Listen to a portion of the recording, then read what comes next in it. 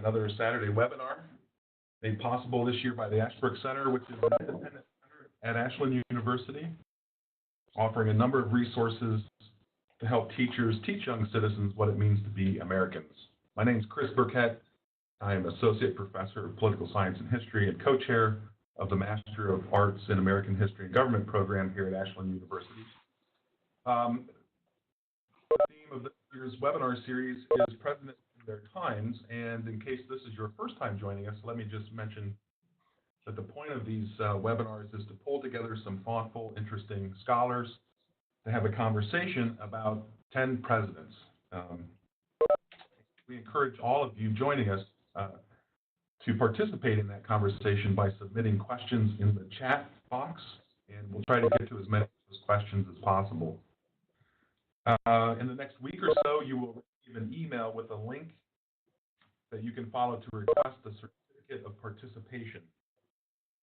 As always, in everything that we do here at Ashbrook, we start by looking at original documents. We build on original documents and try to have a conversation built on those documents. And we're drawing for today's conversation on documents that are part of the Ashbrook Center's extensive document database, which is available at teachingamericanhistory.org, or shortened down to tah.org for your convenience. Today's president is James K. Polk, Young Hickory and Manifest Destiny, and we've asked people joining us to take a look at 5 different documents, beginning with George Washington's farewell address, all the way up to Abraham Lincoln's speech on the war with Mexico in 1848. So we'll try to build on those documents in our conversation today and see how those are relevant. I'm happy to introduce our panelists today. Dan Monroe is Associate Professor and John C. Griswold Distinguished Professor of History at Millikan University. He's the author of several books and articles, including Republican Vision of John Tyler, which was published in 2003. Dan is a regular teacher in our MAG program, our Master of Arts program. He's taught courses on sectionalism and Civil War and Reconstruction, among others, including a text course on Hemingway, which you're also teaching again in the spring, I believe, Dan. Is that right? Yes, and everyone should sign up for it. It's a life-changing experience. Yeah, I am a big Hemingway aficionado, so I'd be delighted to do it. I'm happy to do it. It's a great course. I had the honor of sitting in on a few sessions the last time you taught it, and it was really fantastic. So, thank you so much. I appreciate those comments. Eric Sands is also joining us. He's Associate Professor of Government at Berry College in Georgia. He's author of American Public Philosophy and the Mystery of Lincolnism, which was published in 2009. Eric is also a regular teacher in our MAG program. He's taught courses on the Supreme Court. And I think, Eric, you're teaching sectionalism and Civil War in the spring. Yeah. Online course, right? Yep. Fantastic. Looking forward to that as well. Thanks to both of you for being here this morning. It's always good to see you both. Let me just say a quick word or two here to begin. If people joining us, if you look at the list of presidents that we're talking about this fall and in the spring, you might notice that James Polk seems to stand out as unusual because he's not typically thought of as one of the most well-known or well-studied presidents. He's been called, among other things, the least known consequential president. So I'm just going to start with a big question to both of you, and then we can go however you want to go from here. Why is it worth our time to study James K. Polk? What's significant about Polk and his presidency? I have to admit it up front, I know very little about Polk. I think like a lot of people, I know he was involved in the Mexican War and is often associated with Manifest Destiny, but why is he worth studying? I'll let either of you start. Do you want me to lead off or Eric? No. It doesn't matter to me.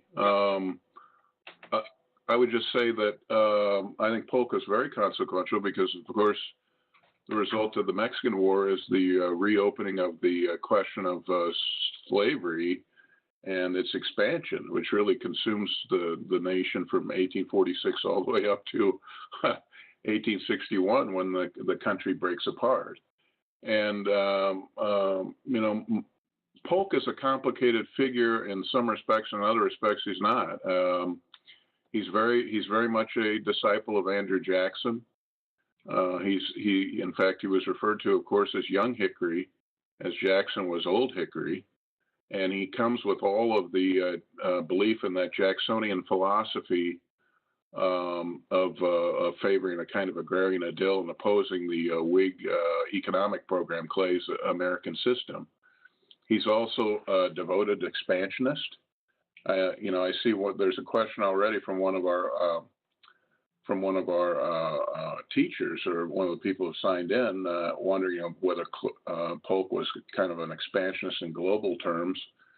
I would say that he's certainly expansionist as far as the American continent.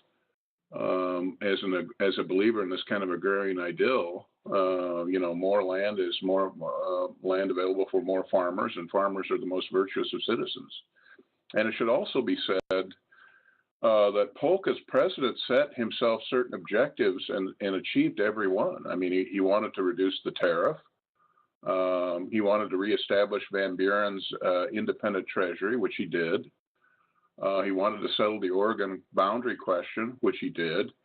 He wanted to acquire California, which he did. Now, in achieving the latter, of course, you open the create a big matzo ball of a question about what to do about slavery in the territory acquired from Mexico, which spins out of control. But be that as it may, I think it would be fair to say, if you look at what he intended to achieve, and he writes this down as he's starting his presidency, this is what I want to do. He goes right down the list and achieves it.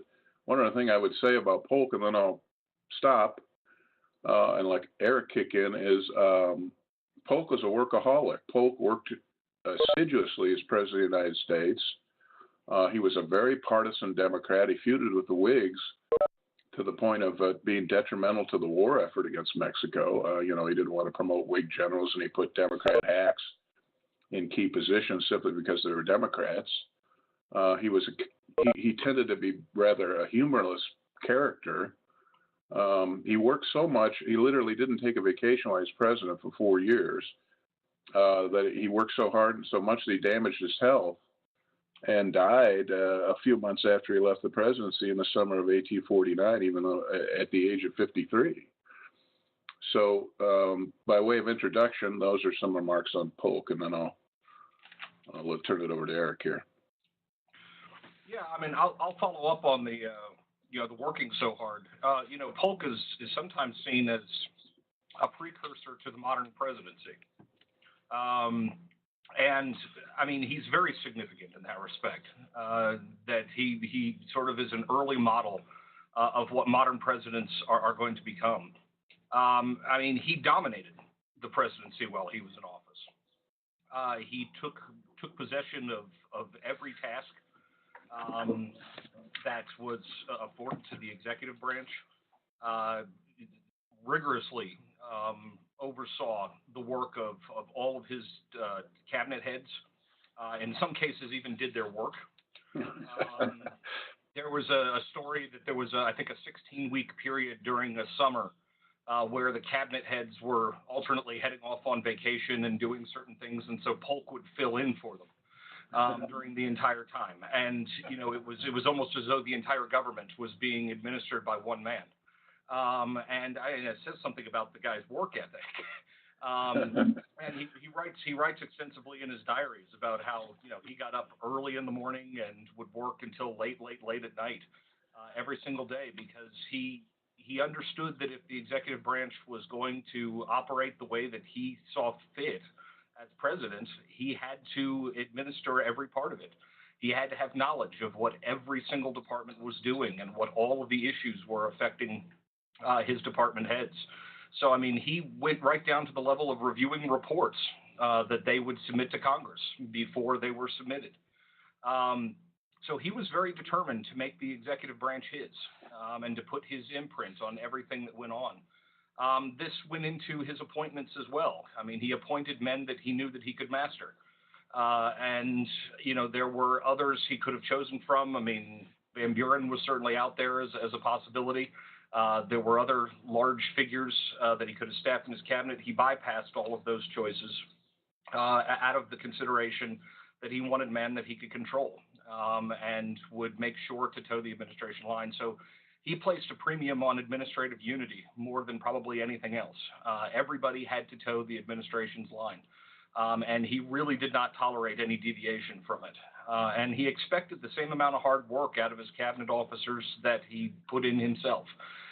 He would send little nasty notes to cabinet officers that missed cabinet meetings. But I mean, you could kind of understand missing the cabinet meetings. I mean, there were hundreds of them while he was in office. It was really remarkable how much emphasis and how much time he took into what was going on.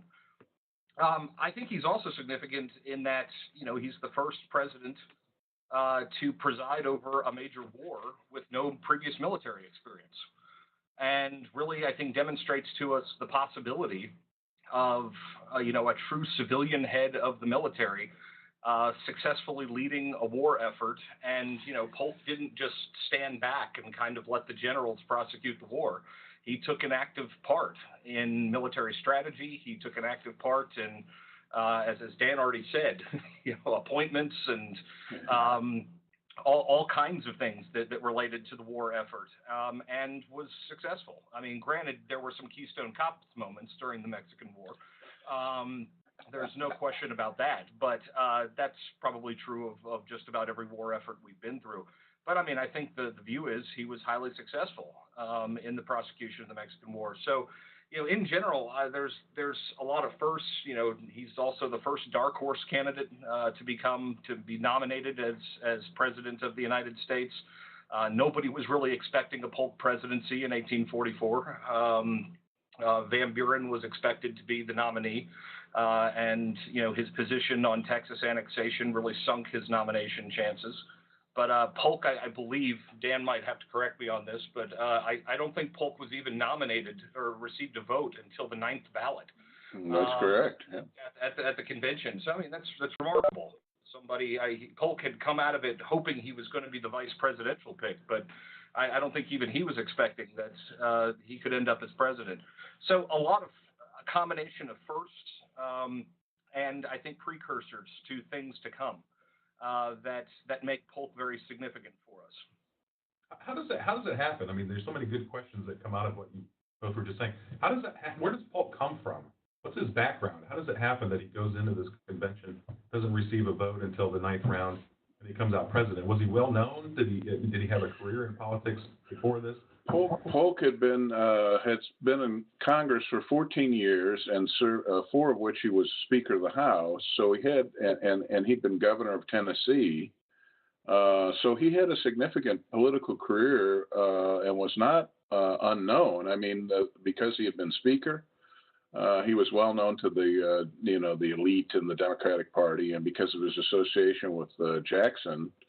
And indeed he made a conscious effort to link himself to Jackson whenever he could, i.e. the nickname Young Hickory. So he was well known, but as Eric quite aptly said, the idea that Polk would become president in 44 would have been regarded as absurd until both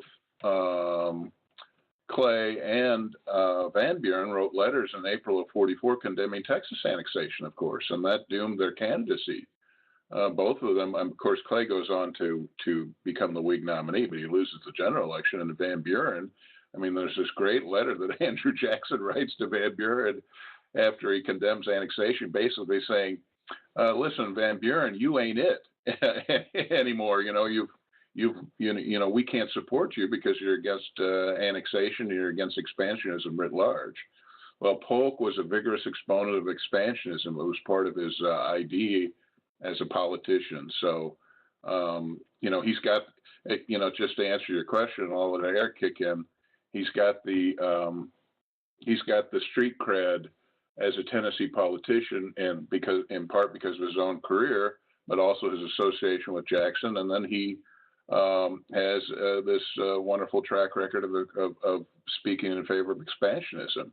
And I think that a lot of the history in the period, or at least a lot of the stuff that our colleagues are going to be reading who are listening in, a lot of the historiography on this period suggests that expansionism, and this is part of the whole Manifest Destiny mania, expansionism was all the rage. It was the latest, it was the issue that people got excited about. They were tired of debates over the independent treasury and the national bank, these kind of esoteric issues that seemed kind of interesting and salient in 1832, but by 1844 seemed, was tiresome. We were talking about this for 10, 12 years. How about this expansionism? I mean, it was almost a national mania.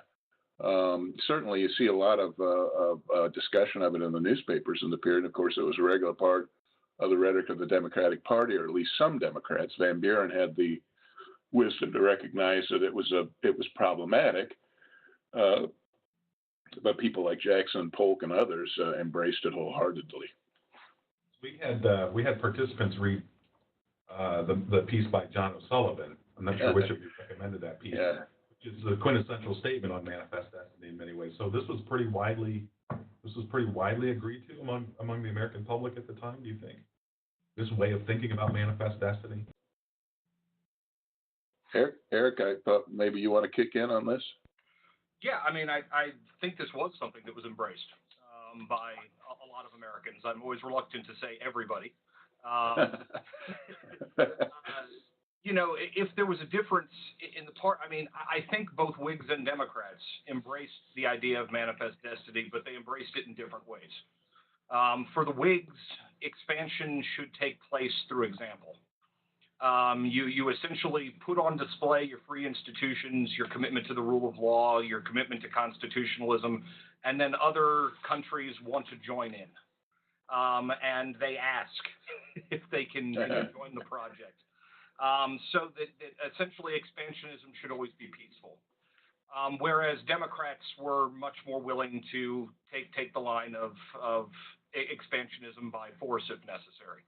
And Polk, I think, strikes the perfect balance here. Where exactly was that spot?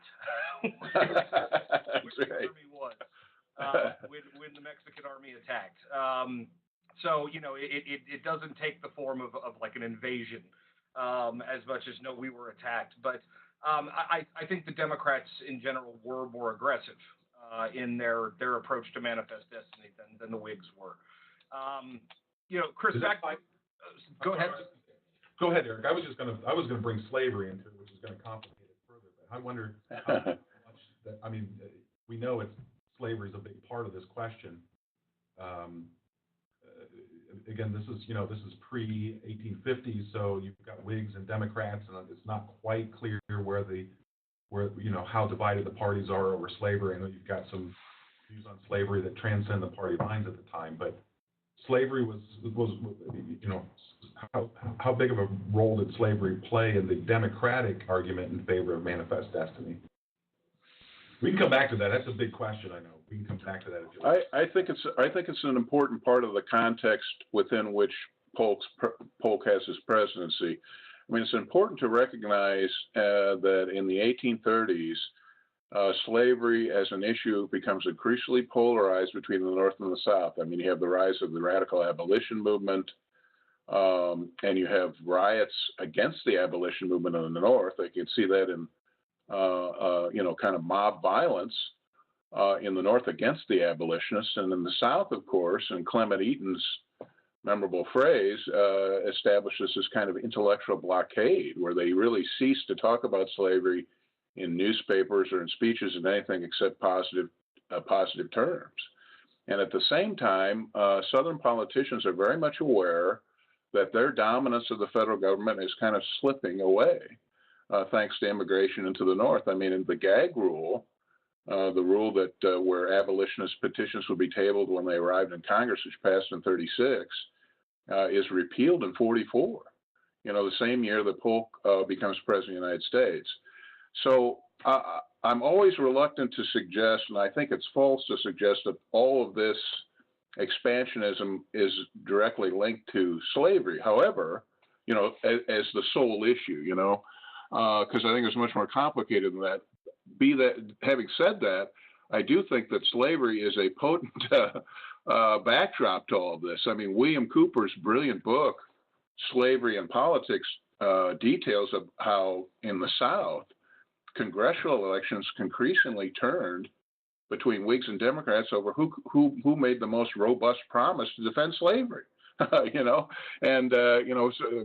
congressional candidates in the 40s in the South would get up and say, well, I just want you to know that I'm the one who is going to protect slavery from these dogged abolitionists. And by the way, my opponent is a secret abolitionist. He has these abolitionist sentiments, so on and so forth. So slavery is in the process of poisoning the politics of the United States. It's a process. It's not happening, overnight, but it's a process that's underway in a very dramatic way. And that's, why the acquisition of all this territory becomes so hugely controversial. All this stuff is just kind of simmering, and then it goes into a boil with Wilmot's Proviso and trashes turns the Congress into knots for 4 years. We just got a question from Billy Gallagher on the Wilmot Proviso as a possible turning point in all this is splitting the Democrats over slavery. Can either of you say something more about how the Wilmot Proviso plays into this? Well, I mean, it did certainly split the Whigs and Democrats. Northern Whigs, Northern Democrats generally supported the Proviso. Southern Whigs, Southern Democrats generally opposed it. And, for Polk and for, the Democrats, I mean, this is a very clear indication in many respects of just how divisive the slavery issue is, and that politics, at least when it comes to slavery, is being defined increasingly by sectionalism as opposed to partisanship. That slavery is not tracking, sort of partisan lines as much as it's tracking sectional lines. So, in one sense, the acquisition of the new territories, it's very, very clear that a plan needs to be in place for how slavery is going to be carried into those territories, or not carried into those territories, depending on what we agree to do, and that this is going to be a hugely divisive issue between North and South. And this is one area that I think Polk, is open to some criticism. He basically says, look, as far as I can come up with, there's three ways we can deal with this. One, we can punt.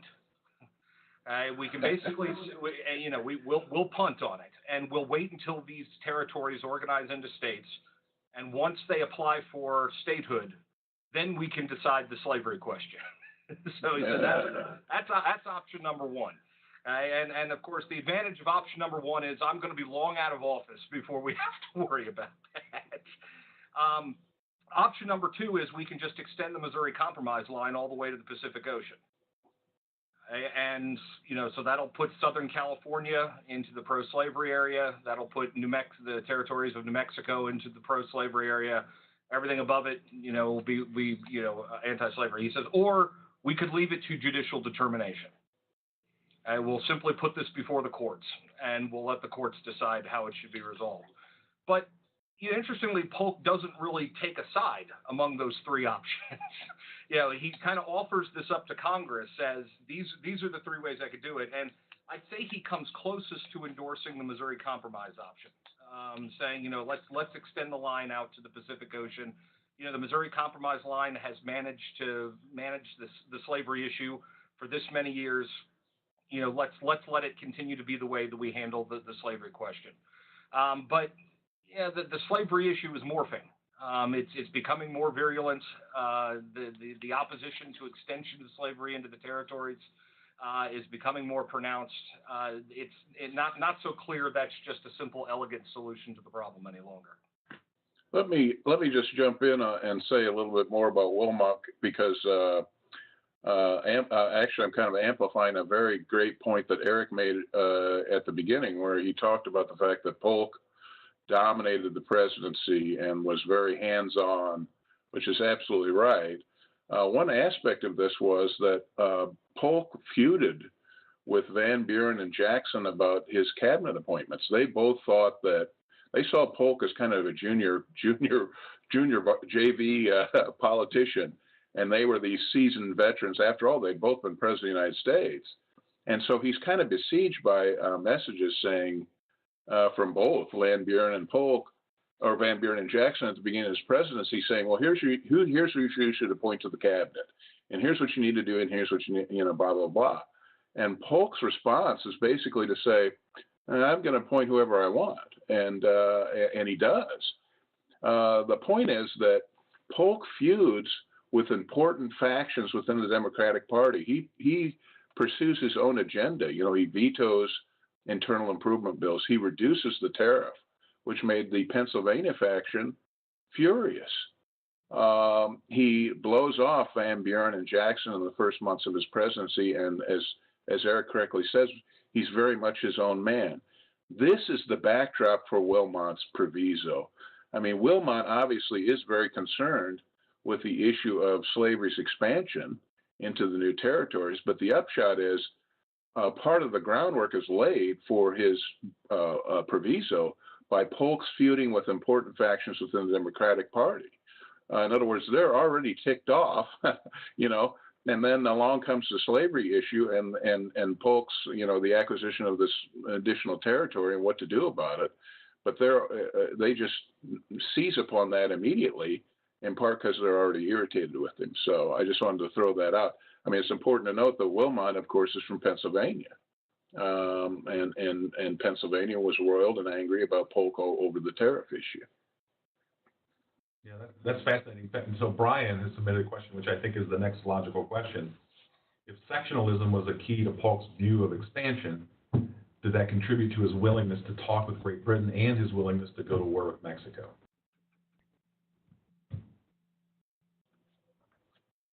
I don't know the answer to that. So I was going to wait, since I just blathered for a while, I was going to wait for Eric. Do you want to field that?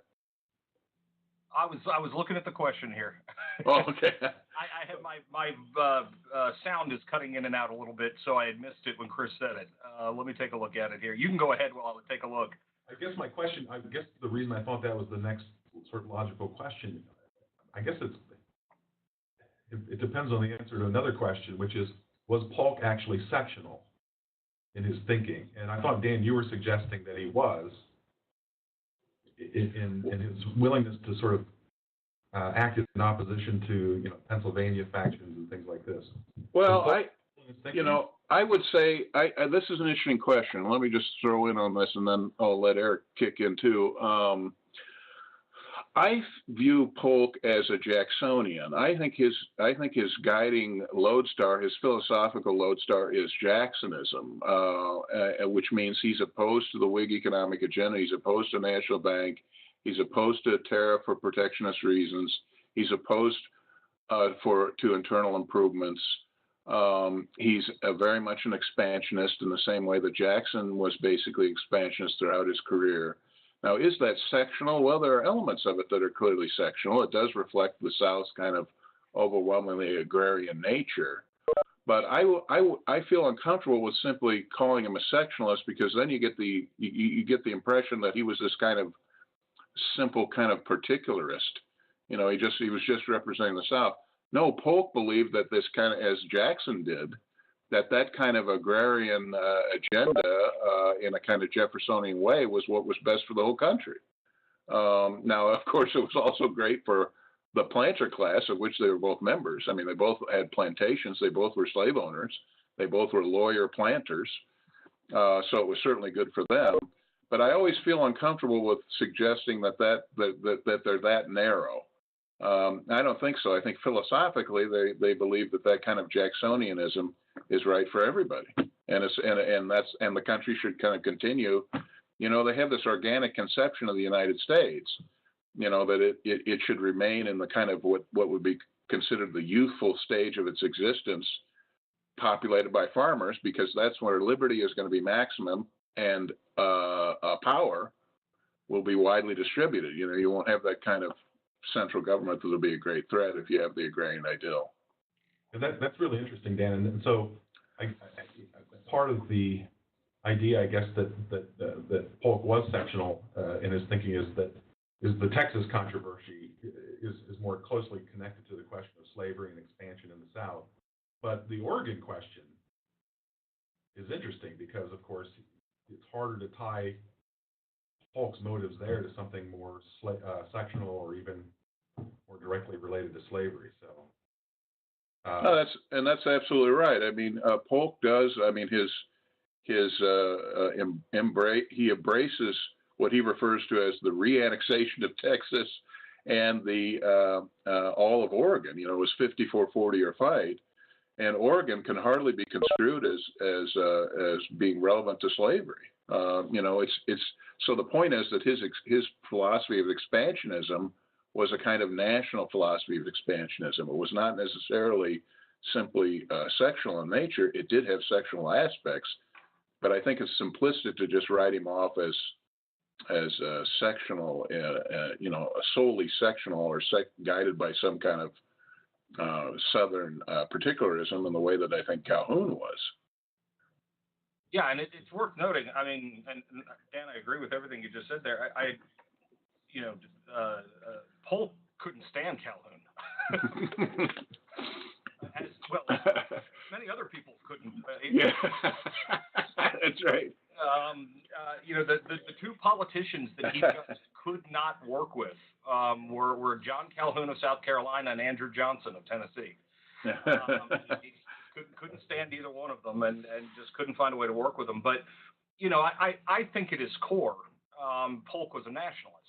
I think, you know, he was first and foremost concerned about the nation as a whole. He saw himself as a representative of the nation as a whole. I mean, that's one of the key aspects of understanding his theory of the presidency, is that he had a special claim and a special legitimacy as president because only he spoke for the people as a whole.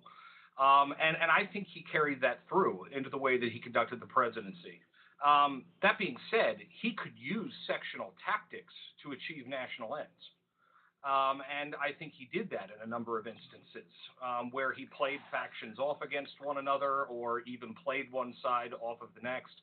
But, you know, as I had said earlier, with his threefold plan, you know, for how to deal with the slavery question and territorial expansion, I mean, I think if he was truly sectional, you know, he would have either embraced the Wilmot Proviso, or he would have said, let's expand, you know, all of the new territories are subject to the expansion of slavery. And he did neither. He instead tried to kind of split the middle and find a way of navigating through that could maintain a compromise or create a new compromise in the end. So I think very much Polk saw himself in a more nationalist kind of vein. Yeah, let me just say one thing, and that is exactly right. What Eric has just said, and I was just going to emphasize the correctness of this. You know, Polk was a Jacksonian and very devoted to Jackson. And remember, Texas declared its independence from Mexico, you know, after that short little bloody fighting in 1836, and immediately wanted to join the Union. And Jackson, who was an avowed expansionist, rebuffed them. You know, Jackson did nothing to bring Texas in the last year or so of his presidency. Because he feared that it would be regarded as some kind of a sectional irritant, and Van Buren did nothing either. So that just suggests the correctness of the argument that Eric just made about how these men were nationalists rather than sectionalists. I mean, if they were obsessed with achieving sectional advantage, they would have moved immediately to bring Texas in. But they waited and looked for a more opportune moment where they thought that maybe it wouldn't be so controversial. Now, of course, it ends up being controversial anyway. But the point is, they were very cautious about this in a way that suggests that they weren't obsessed with this, you know, pursuing sectional advantage. Yeah, that's fascinating. So while we're on this, there are a number of great questions coming in. But while we're on this topic, we talk about the difficulties involved in the beginning and the origins of the Mexican War. We had people read a couple of speeches, one from Henry Clay in opposition, and another from the young Abraham Lincoln in his single term in the House in opposition to the war. Lincoln raises a legal question, right? It raises the question about the legality of the war. Clay begins his speech by regarding to this as an unnatural war. And I'm wondering if both of you can say something about the sort of complexities of how this comes about, and how much opposition is there to this war, and what are the grounds of the opposition to the war? What are the objections to Polk's war? I'll let either of you tackle that. I was going to let Eric go since I just spoke, but I can, whatever you want to do, I can start too. Yeah, you can go ahead. That's all right. Okay. I would just say this is a really interesting question, and it's a complex question. Lincoln, of course, his speech against the Mexican War is basically the speech of a young lawyer. It's a lawyer's brief against the causes and the reasons that Polk has cited for the war, specifically suggesting that the war, in fact, had begun on Mexican territory. Now, the great question is, was the territory between the Nueces River and the Rio Grande Mexican territory or the territory of Texas? I mean, that was the dispute. This is my view of this, and it doesn't necessarily jibe with that of others, but this is based on my own reading and research over the years, and that is that I think that what Polk was doing was attempting to acquire this additional territory without war, and that is to say, Polk engaged in very aggressive diplomacy backed by the Army in an effort to get Mexico to, first of all, accept annexation and then surrender California and some other portions of its territory. Part of that aggressive diplomacy meant moving the Army first to the Corpus Christi area and then eventually to the Rio Grande. But it's a process. I do think it's something of a myth, and I don't agree, as some have suggested, that Polk was deliberately trying to provoke a war with Mexico. If you look at his correspondence, if you look at the correspondence of Buchanan, the Secretary of State, you don't see men bent on war with Mexico. You see men engaged in very aggressive diplomacy in an effort to get Mexico to accept the reality of Texas annexation, and then an attempt to get Mexico to surrender territory that in California that was increasingly populated by Americans. The question of whether the Nueces or the Rio Grande was Mexican or American territory is an interesting one, and there's a lot that could be said about it.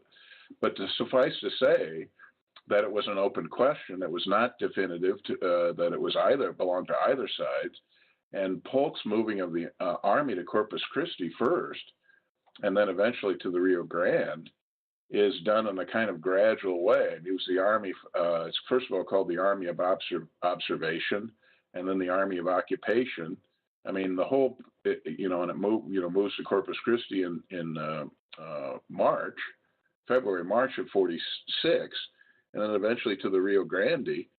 The point is that region, he's moving the Army in that area, that disputed area, as a way to get Mexico to accept the reality that they're going to have to negotiate this issue.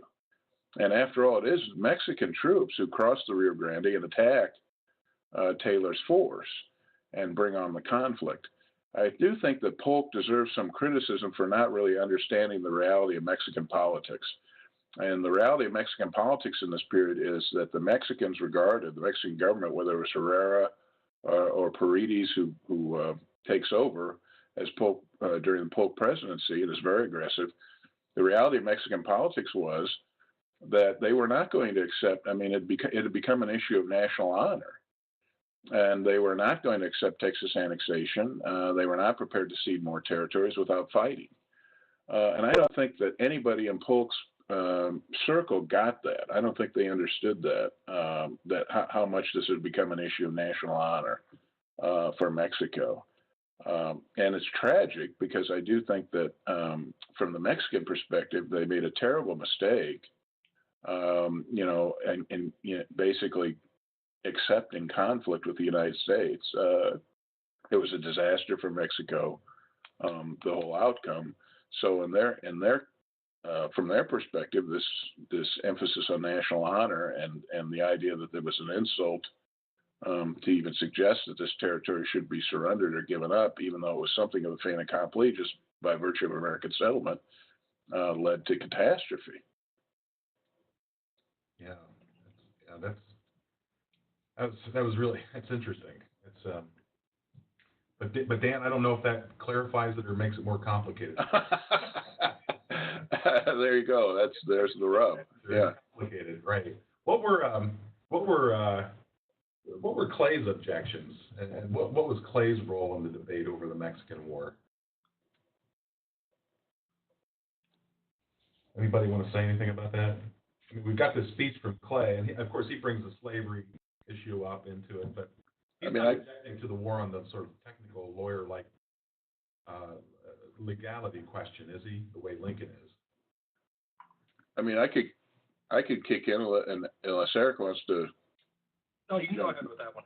I mean, Clay's objections are much more along the lines of Whig philosophy. I mean, the Whigs regarded expansion as something that was threatening to national order. As you know from Whig ideology, always emphasized stability and order, and the idea that we've got plenty of territory to deal with. If we absorb more, it may open a big can of may open all the sectional issues and troubles again. And so Major Wilson has written a brilliant book about this, about the Whig emphasis on developing the national domain as it existed and the philosophical problems associated with additional expansionism. So from Clay's perspective, he regards Polk as threatening that stability and order that Whigs valued so much and leading the country down the path of catastrophe.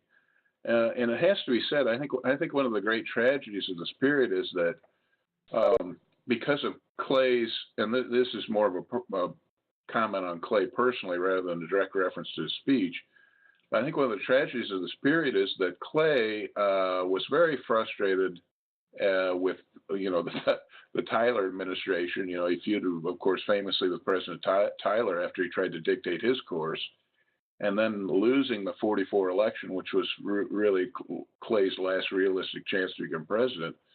I think he's really he's dealing also with the overwhelming popularity of expansionism in Kentucky and writ large in the western portion of the United States. Clay is at a very high frustration level. And you can see that throughout this period. He's just, he's lost the presidency. He probably recognizes that his chances of winning it are slim and none now. The country is embarking on a path that he thinks is terribly perilous, and in fact proves to be terribly perilous. He loses his son. His son volunteers and serves in the Mexican army, is killed in action in a rather dramatic way, and it makes all the papers of the United States, so he loses his son. All that emotion and pathos is reflected in his actions throughout this period. His frustration with losing the presidency, his upset over the course that Polk was pursuing, his emotion over losing his son. Yeah, that's great. We've just had a couple of other questions building off of what you're saying. Brian asked, if Polk did not take the time to understand the Mexican viewpoint, was he surprised the war started, or did he actually expect the war to take place? I think he was very surprised.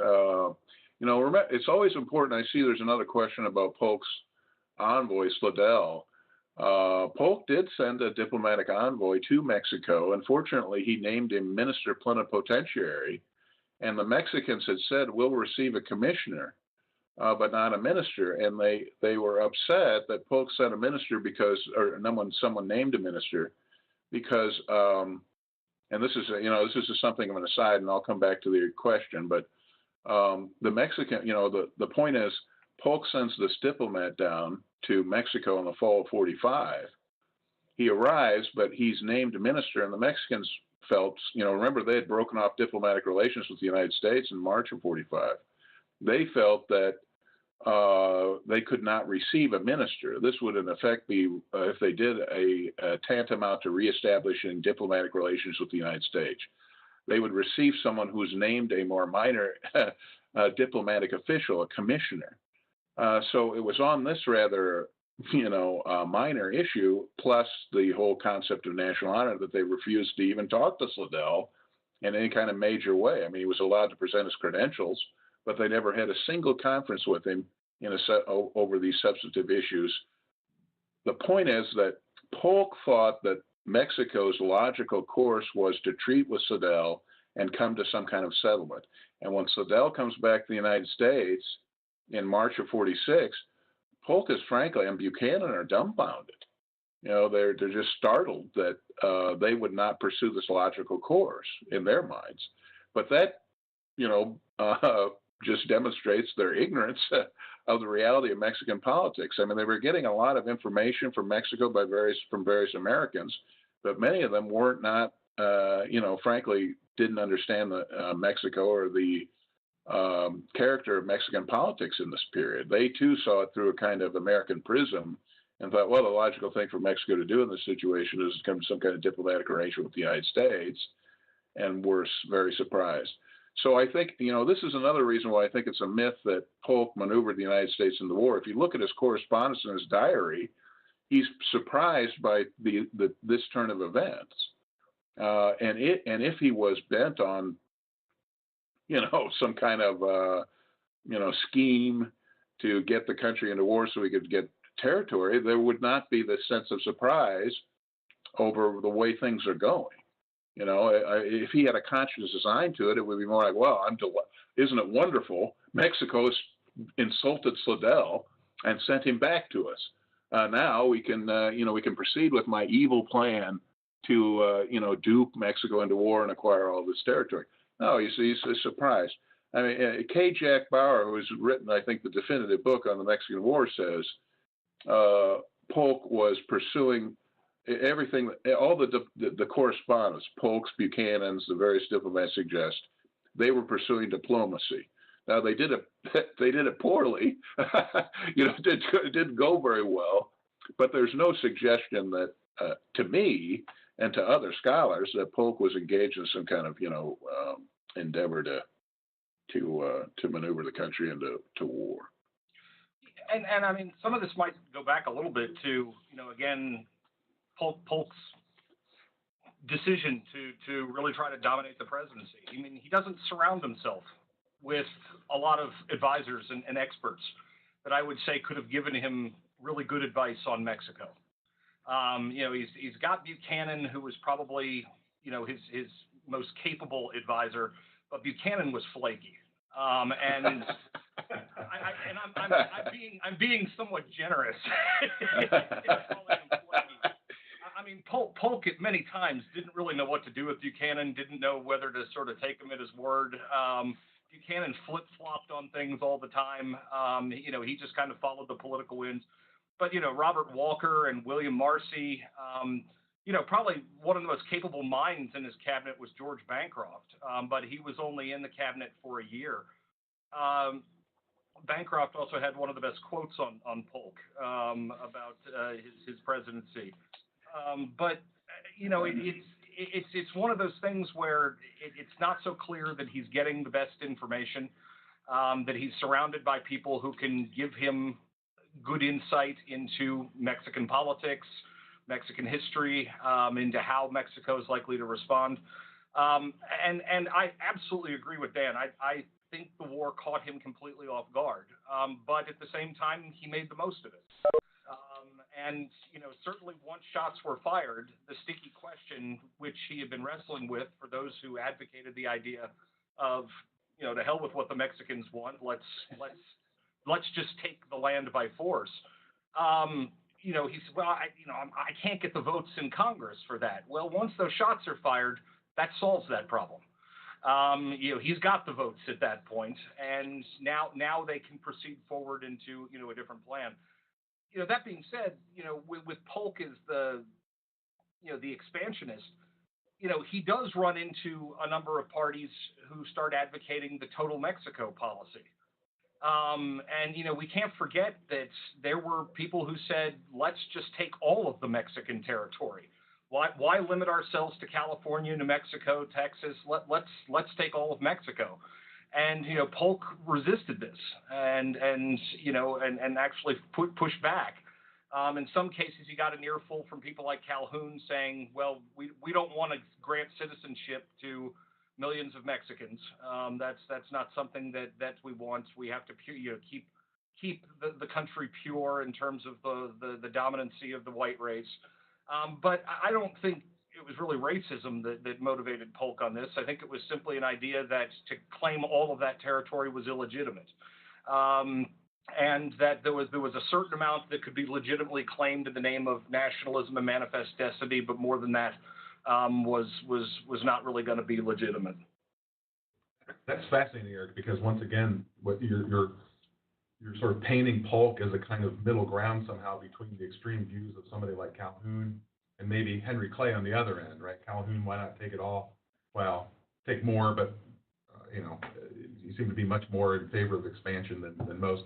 Henry Clay's argument is, if I understood it correctly, let's not bite off more than we can chew, right? So that it doesn't undermine the sort of order and stability of the place. Polk has in his mind, it seems, if I'm understanding you guys correctly, Polk has a kind of reasonable limit in his mind as to how much territory we should take in the name of manifest destiny. Am I understanding that correctly? And it's limited somehow by what? I guess that's my question. Why does Polk in the end say this is what or agree with the idea that we're taking more than what was originally disputed over Texas, and we end up with the territories that you mentioned earlier? Well, I think Eric has said it correctly that Polk, when he said that, and correct me if I don't want to mischaracterize what you're saying, but basically it's the idea that Polk is in favor of expansion, but he recognizes that taking all of Mexico would be not a legitimate claim. In other words, I think Polk is in favor of expansion, but recognizes that it's legitimate when it's an area that Americans have become the predominant settlers in, like Texas, like portions of California, which are filled up with Americans. I think that's the limitation, and I also think Polk was a very intelligent fellow. I think he recognizes that biting off some immense amount of territory would lead to years of strife and would involve some kind of significant army occupation, and the American conception of what the military should be, of course, is still dominated by this militia thinking, particularly in the Democratic Party. So the idea of the militia, I mean, of course, Winfield Scott is hampered in the campaign against Mexico City because some of the militia troops, their term of service ended, and they just said, "Well, we're leaving. We signed up for a year. I know we're right out the gate of Mexico City, but have a nice day.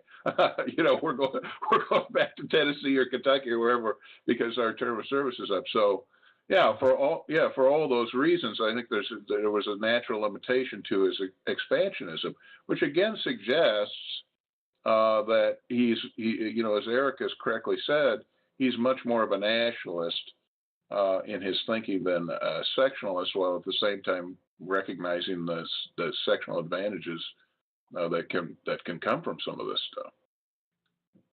Yeah, that's great. And Eric, I'm glad you brought us back around to something like Polk's own personality in this, or his views of the presidency, and how I didn't realize how much that actually shaped this argument and his views on the Mexican War.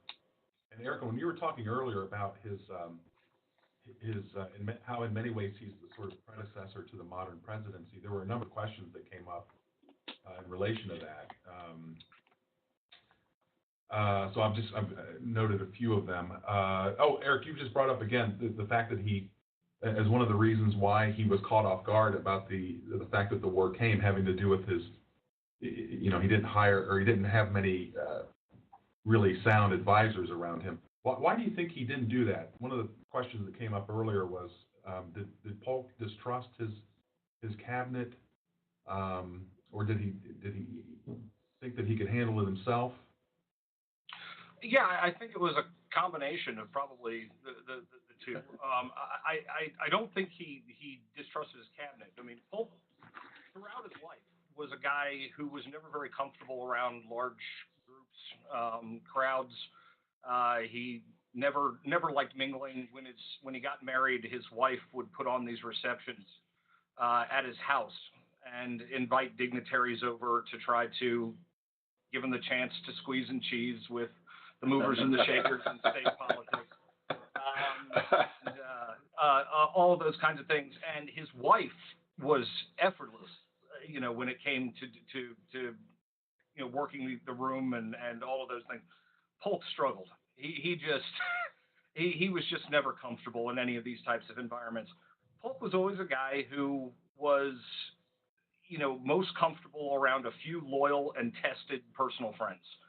That was just where his comfort level was, and I think that really defines the state of his cabinet.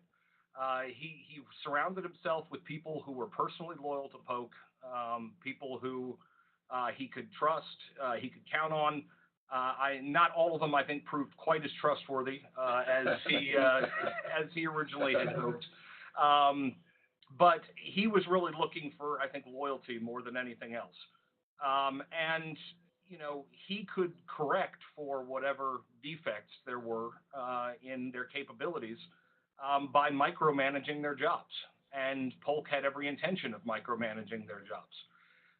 So, I mean, there was nothing that went out of Buchanan's office that did not have Polk's eyes on it. Robert Walker and in the Treasury did not put out a single report to Congress without Polk having reviewed it and offered up criticism and made recommendations for changes.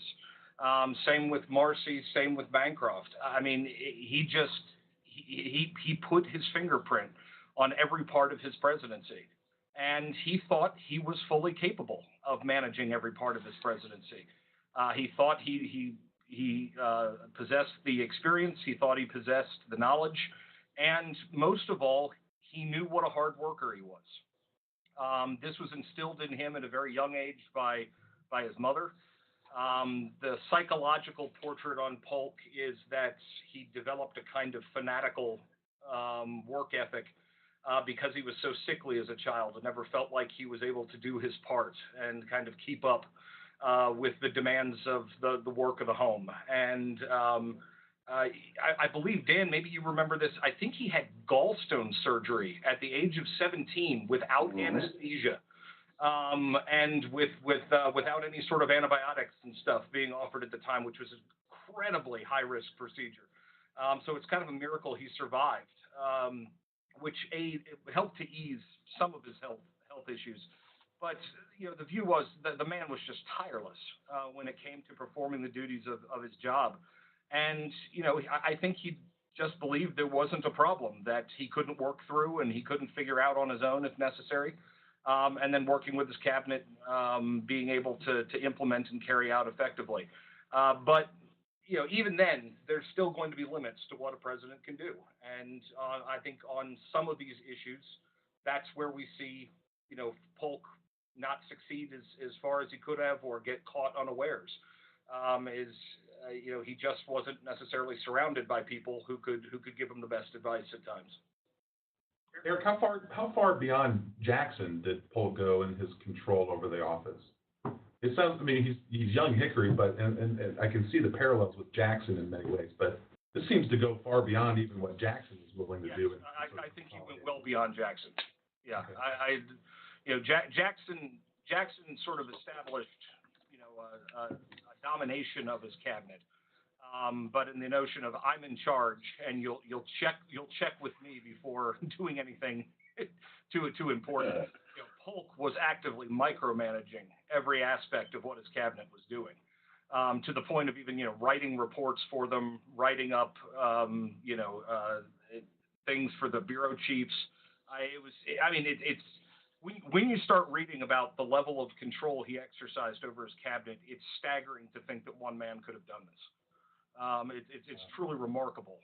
But it also kind of speaks to Polk needing to loosen up the reins a little bit and allowing his subordinates to do their jobs and leaving him free to manage other parts of the presidency. Because like one area that he did not do a particularly great job in was his head of state functions, which he absolutely hated anyway. So he was very glad to neglect those things. But yeah, receiving ambassadors, receiving foreign heads of state, he absolutely detested doing any of this stuff. What was his relationship with Congress like? You mentioned this earlier, Eric, as well. Did he have a Democratic Congress? I don't remember. He did for his first 2 years. His second 2 years, the Whigs were in control of one house or both. I'm not sure, actually. Dan, do you know? I think one house. I think one house. Yeah, if I remember correctly. Was his relationship with Congress better than say Jackson? Was he able to? Since you started earlier, Eric, with sort of the idea that Polk in many ways is a predecessor to the modern presidency. Was he willing to reach out and work with Congress on these questions, or how successful was he in that? He was willing to work, but I mean, it was beyond that. It was not just proposing legislation. It was not just, informing them of an agenda he'd like to see pursued. He invested all of himself into trying to get legislation passed. So he would actively lobby congressmen. He would bring over congressional leaders to the White House. He did everything within his power and more to try to see his policies enacted. And I mean, the result of it, I mean, as Dan started out with, he comes to office with 4 goals, and he accomplishes all of them. I mean, that's a pretty remarkable thing for a president to be able to do. And you don't do that well without having a good relationship with Congress and at least a working relationship with Congress. And Polk was largely able to do that. I mean, he was opposed on some things, and there were things Congress did that he vetoed and he wasn't happy with. But by and large, when it came to the largest things that he cared about, he lobbied and worked tirelessly to get them pursued and passed through Congress. One thing I would like to say within this context too is that Polk had taken the one-term pledge, and I think that was in hindsight, was a mistake. Although he worked himself to death in 4 years, so even if he'd been reelected, they might have expired. But had he run, by taking the one-term pledge, he caused himself a lot of grief because there was almost immediately jockeying within the Democratic Party and of course his political opponents too, for those who were going to run against for the presidency in '48. I think Buchanan spends the entire Polk term with that as his goal. It's one of the reasons Eric correctly characterized Buchanan as a flake. I thought that was great. He is a flake, and he spends a lot of his motives and a lot of his actions as Secretary of State are basically to try to maneuver himself into the presidency as Polk's successor. And if Polk hadn't taken the one-term pledge, that wouldn't have happened. And the other thing is, some of his opponents on the Whig side are very active in pursuing the presidency early on in Polk's term for the same reason. Zachary Taylor, for example, after he wins those battles at Palo Alto and Resaca del Palma right at the beginning of the war in May of '46, almost immediately is touted in Whig newspapers as a potential candidate for the presidency. Taylor didn't have any conception of himself as being having any kind of political career. He gets these newspaper articles that are sent to him saying, hey, by the way, you'd make a great candidate for the Whig Party. And because Polk has taken the one-term pledge, I think Taylor starts to think, maybe I am maybe I am presidential material. So Polk, I think, opens himself up to a lot of grief by taking the pledge. It's one of the reasons why I don't think it's a great idea for presidents of the United States. Some people have talked about, maybe we should have a presidency that has 1 6-year term or 1 4-year term. I don't think it's a good idea for that reason. It's a great point.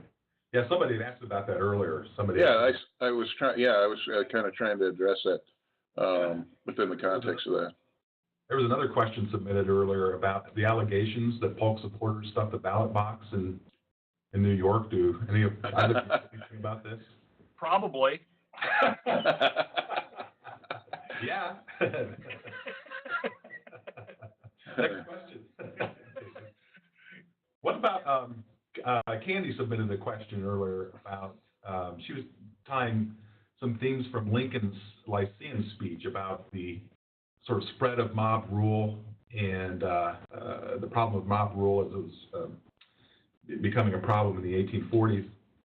And she in her question, she's tying this to the question of the possibility of mob rule in that disputed territory or parts of Texas where there's no legitimate government.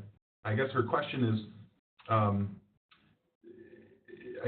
trying to piece together the question here. Isn't it better somehow, I'm paraphrasing, I guess the question is, does it legitimize the war with Mexico to say that what Polk was doing was trying to bring a kind of order to that territory that was sort of, I don't know what the word is, sort of unstable, chaotic. We're not sure who's actually ruling in this place. Her question is, wouldn't it be better for Polk to go ahead and do what he did as opposed to having to confront mob rule there and having to constantly deal with the threat of Americans losing their lives, trying to protect the land that they legitimately claimed as theirs? I mean, that was certainly the argument of the Texans. You know, they wanted some kind of order and stability. You know, the Texas Republic was constantly tottering on bankruptcy and was not doing well as a governing entity for a variety of reasons. I do think, though, that this idea of mob violence, as Lincoln sketches as in Lyceum, is more of a could more readily be used to condemn the Mexican War, to condemn Polk's expansionism, because Lincoln's argument, of course, in the Lyceum address is that the country is spinning into chaos because people aren't respecting law. You know, he famously says, of course, let law and order become the political religion of the land, and let it be spoken to every lisping babe, you know, so people would get it right from the cradle. So his lament is that the country's becoming swept away by passion, and needs to be to emphasize reason and order. Well, you know, acquiring millions of acres from Mexico is hardly going to, you know, create an environment where there would be less mob violence or there'd be more stability and order, as the results suggest. I mean, one of our participants asked, "Can Polk be seen as the father of the Civil War?" I think that's a bit of a little too harsh, but he certainly by reintroducing the question of slavery in the territories that had been adjudicated by the Missouri Compromise, by reintroducing it again, he roils the body politic in a way that Lincoln, of course, and others and other Whigs were horrified by, and it leads to this basically perpetual debate that isn't, in the end, is resolved by civil war. You know, the question of slavery's expansionism and the ultimate fate of slavery. It really takes off after 46, and it's never really put to bed until the war. Could it be said that Lincoln's opposition to manifest destiny, insofar as it was a motive for the Mexican War, is that it was a movement motivated more by passion than reason? Is that what you were suggesting, Dan? Yes, I think that's part of it. I mean, it's a large argument, but I think that you know, the Jacksonian age, of course, emphasizes feelings and emotions. I mean, it's this romantic period. It's part of the literature of the period. It's part of the ethos of American culture.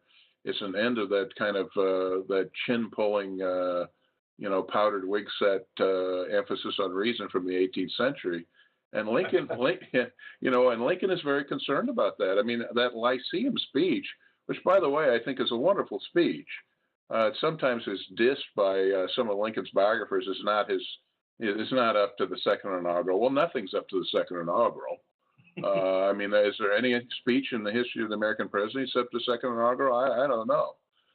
But it is, I think it's a wonderful reflection of this concern on the part of Whigs with stability and order, and the fact that the country is kind of is drifting into chaos because of these issues are becoming so passionate, or the country so passionately swept away with debate and concern over slavery, over the American system, over these other issues, over expansionism, that it's in danger of becoming, lawless. And it's a very potent expression of the kind of a counter argument to that Jacksonian common man emphasis.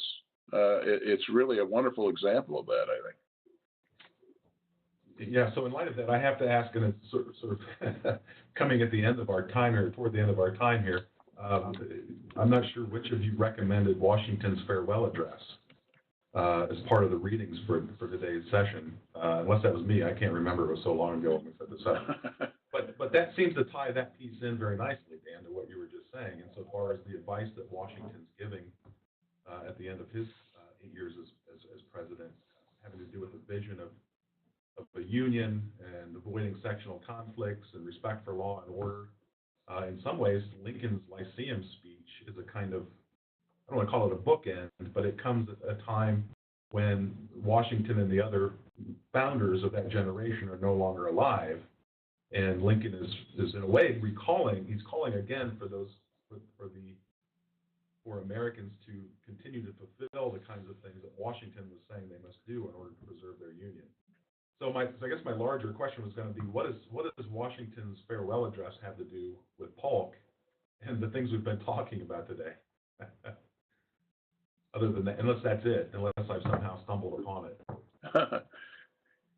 Did you? Well, I go ahead, Eric.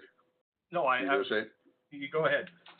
I was just going to say that I think you have stumbled upon it. I think what Washington, I think in the farewell address, Washington emphasizes the importance of avoiding, some kind of war outside of the country. Stay out of European affairs, avoid these troublesome quarrels, avoid faction and factionalism. I mean, it seems to me that what Washington is warning against is everything that's happening in the 1840s. In fact, the country, as Eric said, the country embarks on its first foreign war. The country does drift into this kind of factionalism, which it does drift into this kind of sectional tension. So I think precisely what Washington warned against, the country is experiencing. So it's interesting, I think, and relevant in that respect. And by the way, let me just say, as a kind of to make another larger point about Washington, and that is the founders are still a very potent part of American politics. If you look at the speeches, if you look at the newspaper articles that, of course, devoted to politics in this period, you'll see constant references to the founders and to the founders' example. And of course, some of the founders had been above ground through much of this period. Of course, Jefferson and Adams die in 1826. Madison lives until 1836. So the founders were still very potent within the context of American politics, and what was considered kind of appeal to founders was a regular part of lots of stump speeches. So it would be not unusual for some, references to the founders are part of Lincoln's Lyceum address. Lincoln famously says, "Passion helped us get through the Revolution, but now we need that cold, calculating reason to govern our affairs, because we're in another passionate age. But the passion was useful to beat the British and establish the country, but now passion is dangerous, and it's leading to mob rule, and it's leading to chaos. So now we need to go to cold, calculating reason." So the founders were very much a part of the political vernacular of the era. Fascinating. We have, thanks, Dan, that was very clear. We have come almost to the end of our time, so there are a number of other questions that we didn't get to, and I apologize for that. I wanted to know more about, I think Eric mentioned earlier, Polk had no love for Calhoun. I would love to talk more about why that was, just because I think I see why. But I actually want to end with Jeff just submitted a question or pointed out that in these polls that people do of the presidents, Polk is often ranked around 15 or 18 out of 44. So let me just end by asking both of you: do you think Polk deserves to be in that range, or should he be higher or lower? Or you can ignore that question and just say whatever you want in our last minute together. Go ahead, Eric. Well, I had referenced earlier historian George Bancroft, and now granted he was part of Polk's cabinet, so there's a slight lack of objectivity here. But writing in more of his historical vein, he said, viewed from the standpoint of results, Polk's administration was perhaps the greatest in our national history, certainly one of the greatest. So he has a particular lens here that he's looking at this in terms of presidential greatness. He says, viewed in terms of results, if we're talking about what a president accomplished, and relative to what they set out to accomplish. That's one measure we could look at. 15 to 18 is a little low in my book. I'd have him more, 10 to 12. Probably is where I'd stick him overall. One of the hard pieces is, as Dan pointed out, the fact he didn't run for a second term. In many respects, he doesn't stick around to deal with a lot of the consequences of his actions. Now, in some respects, the same thing could be said about Lincoln. His assassination meant that he didn't have to stick around and deal with the consequences of a lot of his actions. And for Lincoln, at least, I think there's a consensus view that was probably fortunate for him. That he might not be ranked, number one in every single poll if he had to preside over Reconstruction. That there were just no good options. There were no good pathways, available to any president during that time period. Granted, you didn't have to go the Andrew Johnson route, but but that Lincoln might not be remembered the way he is. But, I would put Polk more in that 10 to 12 range. I think the number of firsts, as well as a lot of the precursors in his presidency to how later presidents are going to exercise the powers and prerogatives of the office, and then, focusing on what he did actually accomplish as president, I think warrants a slightly higher ranking than that. Yeah, and I would agree with that. I was going to say exactly the same thing. I would put him in the 10 to 12 range. I do think he deserves credit for all the reasons that Eric has suggested. He accomplished his objectives, and he was the first modern president in many respects. I think the downside is, he opened up the whole slavery expansionism debate again, and the country struggles to deal with that in a constructive way. So that certainly is a negative. Let me just say one other thing, and that is one of the participants asked for good books on Polk. I love Charles Sellers. These are kind of old books, but then I'm old.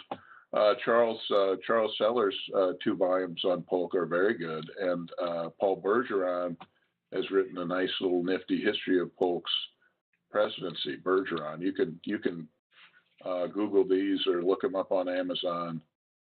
Those are very, very fine studies. Dan, you mentioned a book or two earlier. Do you remember what those were? What all did I mention? I was riffing a bunch of, William Cooper's book on slavery and politics is a classic. That's it. Yeah, everyone should read that. That's just a wonderful book, and it shows, he demonstrates conclusively how slavery poisoned politics in the South, and every I won't say every. I'm reluctant, like Eric, to say every or every one, but lots of congressional elections in the South started to turn over on the issue of slavery and tarring your opponent as a kind of closet abolitionist. It just poisons the well everywhere. It was just such a divisive issue. Okay. And I should mention, by the way, that we'll have these. We'll post the video recording of our conversation today, and it should be up in a week or two. And people can go back and review this and also see the books that you mentioned earlier. And Eric, you mentioned the Bancroft book earlier. Do you have any other suggestions? Books this era or on time? Charles McCoy.